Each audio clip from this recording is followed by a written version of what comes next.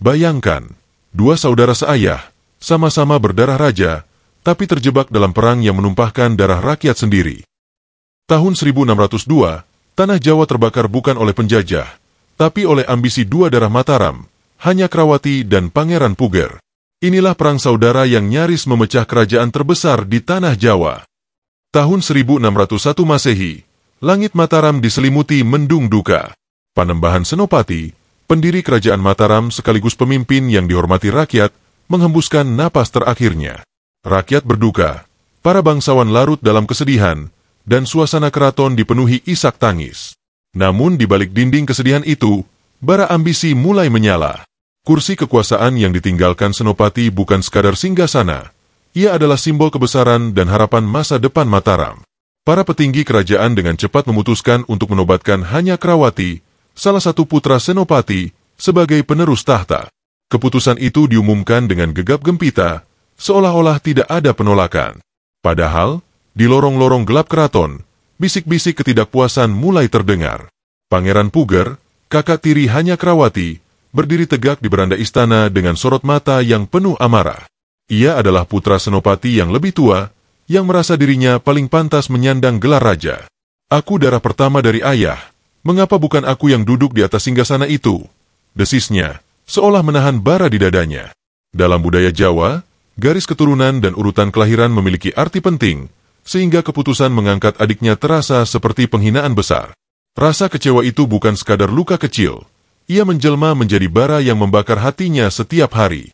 Puger merasa dikhianati oleh para bangsawan, bahkan oleh darah dagingnya sendiri.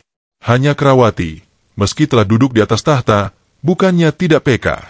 Ia mengetahui betul bahwa pengangkatannya sebagai raja tidak diterima sepenuhnya, terutama oleh Puger. Wajah kakaknya yang kerap muram dan kata-katanya yang dingin sudah menjadi pertanda jelas. Hanyakrawati tidak ingin kerajaannya pecah akibat konflik keluarga. Dengan penuh kehati-hatian, ia mengambil langkah untuk meredakan bara itu. Sebagai bentuk penghormatan, ia menawarkan jabatan terhormat kepada Puger, Adipati Demak. Sebuah kedudukan bergengsi yang memiliki pengaruh besar, terutama karena Demak dulunya pernah menjadi pusat kejayaan Islam Jawa. Hanyakrawati berharap, dengan jabatan ini, kakaknya bisa merasa dihargai dan tenang. Namun, ternyata jabatan itu tidak cukup untuk meredakan bara di dada Puger. Meski ia menerima kedudukan itu secara lahiriah, hatinya tidak pernah puas. Dalam benaknya, Demak bukan sekadar tanah bawahan Mataram. Demak adalah simbol kebesaran masa lalu, kerajaan yang pernah berdiri megah sebelum Mataram muncul. Mengapa aku hanya diberi sisa kejayaan, sementara adikku duduk di atas singgasana? Pikir Puger dengan getir. Setiap kali ia menatap kota Demak, bayangan kejayaan leluhur terlintas di benaknya. Ia pun mulai berangan-angan. Bagaimana jika Demak kembali merdeka? Bagaimana jika Demak berdiri sendiri, lepas dari Mataram? Angan-angan itu perlahan berubah menjadi tekad. Diam-diam, Puger mulai merangkul para adipati yang juga tidak puas dengan kekuasaan Mataram. Adipati Gending dan Adipati Panjer, dua bangsawan berpengaruh, ia dekati dengan kata-kata manis dan janji kejayaan. Dalam pertemuan-pertemuan rahasia, Puger menebar api ambisi. Obor kecil di ruang pertemuan seakan memantulkan sinar matanya yang penuh gelora. Kita bisa membangkitkan kembali Demak, bahkan lebih besar dari sebelumnya, ucapnya penuh keyakinan. Bisikan-bisikan itu lama-lama berubah menjadi sumpah setia, dan benih pemberontakan pun mulai tumbuh di tanah Demak. Di balik tembok kota Demak, pertemuan-pertemuan rahasia mulai sering digelar. Malam yang gelap menjadi saksi bisu ketika Pangeran Puger dan para adipati duduk melingkar di dalam ruangan yang hanya diterangi obor minyak. Wajah mereka serius, sorot mata penuh tekad. Puger berbicara dengan suara berat, setiap kata yang terucap seperti pisau yang mengiris keheningan. Demak pernah menjadi pusat cahaya bagi tanah Jawa. Kini kita hanya bayang-bayang di bawah Mataram. Apakah kita akan terus tunduk? Kalimat itu membuat udara di ruangan terasa semakin panas. Adipati Gending dan Adipati Panjer saling pandang, lalu mengangguk mantap. Malam itu, sumpah setia mereka diteguhkan untuk melawan Mataram dan menegakkan kembali kebesaran Demak. Tahun 1602, bisikan-bisikan itu akhirnya berubah menjadi teriakan perang.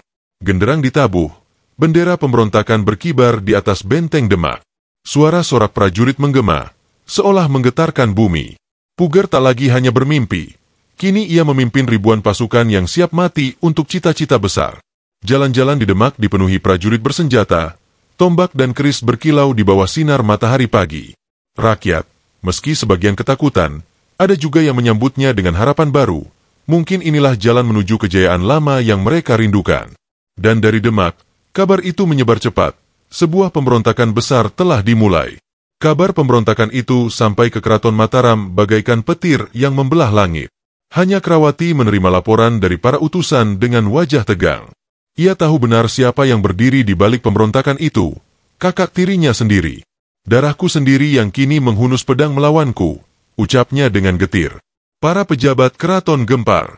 Sebagian mendesak agar pasukan segera dikirim untuk menghancurkan Demak, sebagian lain menyarankan pendekatan damai. Namun bagi hanya Krawati, ini adalah ujian pertama sebagai raja. Ia sadar, jika ia ragu, seluruh wibawa Mataram akan runtuh.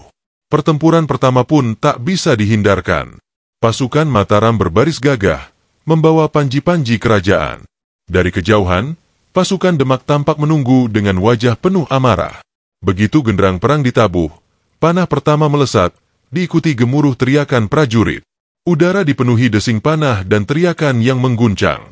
Tombak-tombak beradu, pedang berkilat di bawah cahaya matahari, dan darah pertama pun tumpah membasahi tanah Demak. Dari atas kuda, Pangeran Puger memimpin langsung pasukannya, sementara para tumenggung Mataram berusaha mengatur barisan agar tidak terpecah. Suasana berubah menjadi lautan kekacauan, penuh jeritan dan dentang senjata. Hari berganti bulan, bulan berganti tahun. Perang saudara itu tidak berakhir cepat, melainkan menjalar menjadi konflik panjang selama 3 tahun. Kadang pasukan Mataram unggul, menembus benteng Demak dengan serangan kilat. Kadang Demak membalas, memukul mundur Mataram dengan strategi licik di malam hari. Namun setiap kemenangan selalu diiringi kehilangan besar. Tanah Jawa seakan menangis, sawah terbakar, desa-desa hancur, dan ribuan prajurit tewas di medan perang. Kedua belah pihak terus berjuang, tapi yang paling menderita adalah rakyat kecil, yang setiap hari hidup di bawah bayang-bayang pedang dan api. Di tengah berkecamuknya perang, rakyat kecil menjadi korban paling menderita. Desa-desa yang dulu tenang kini hanya tersisa puing dan abu. Ladang yang biasanya menghijau berubah jadi hamparan tanah gosong akibat api perang. Anak-anak menangis mencari orang tuanya yang hilang, sementara para ibu berjuang bertahan hidup tanpa tahu kapan keadaan akan kembali aman. Banyak keluarga terpaksa mengungsi, meninggalkan tanah kelahiran mereka. Bagi mereka, perang saudara ini bukan soal tahta atau kejayaan, melainkan soal bertahan hidup dari kelaparan dan ancaman kematian. Di sisi lain, Pangeran Puger terus menyulut semangat pasukannya. Ia berdiri di depan prajurit dengan sorot mata penuh api, suaranya bergema di tengah lapangan.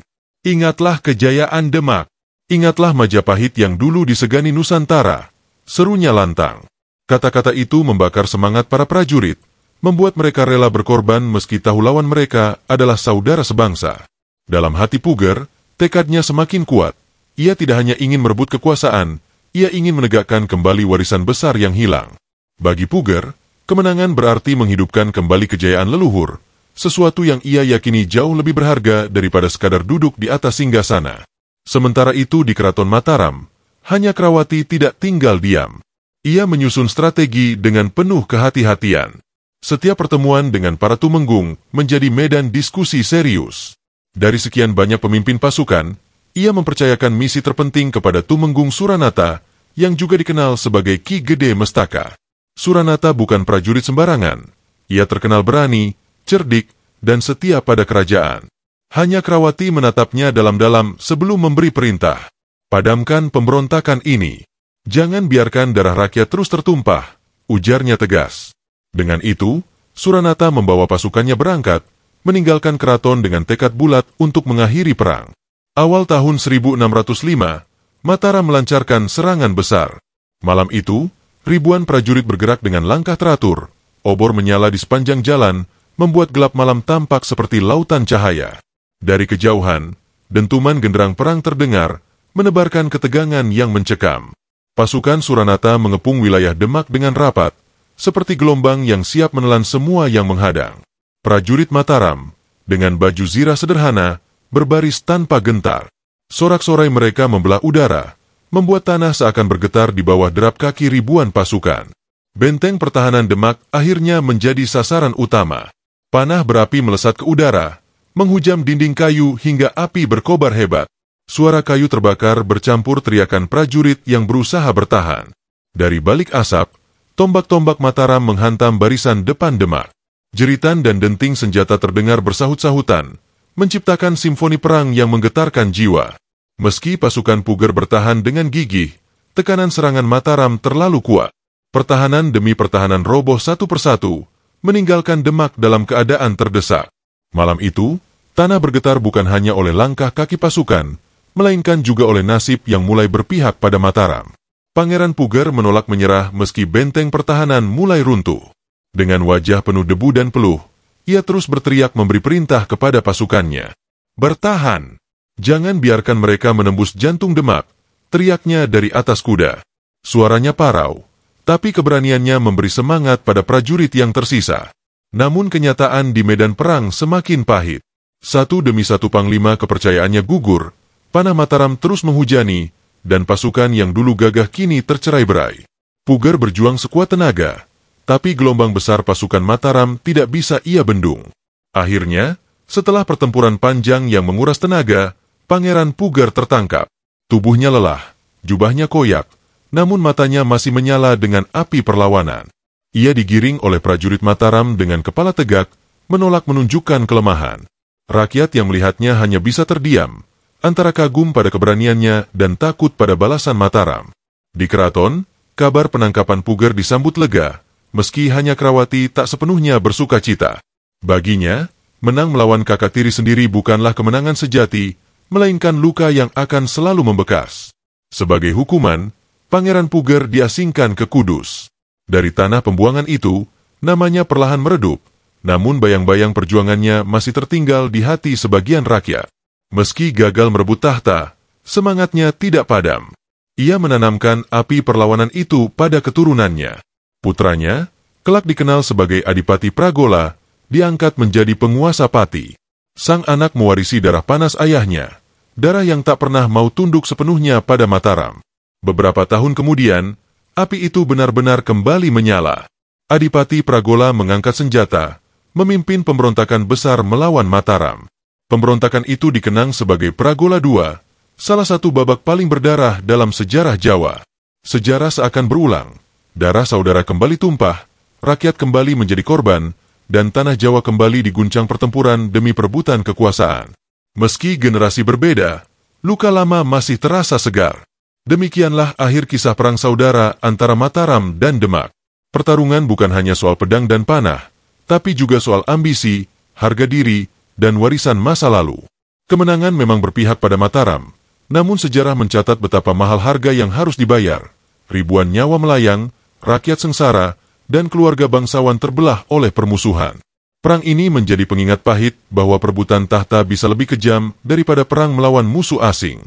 Hingga kini, cerita itu tetap hidup, diceritakan dari generasi ke generasi, sebagai pelajaran bahwa perang saudara hanya meninggalkan luka yang sulit disembuhkan.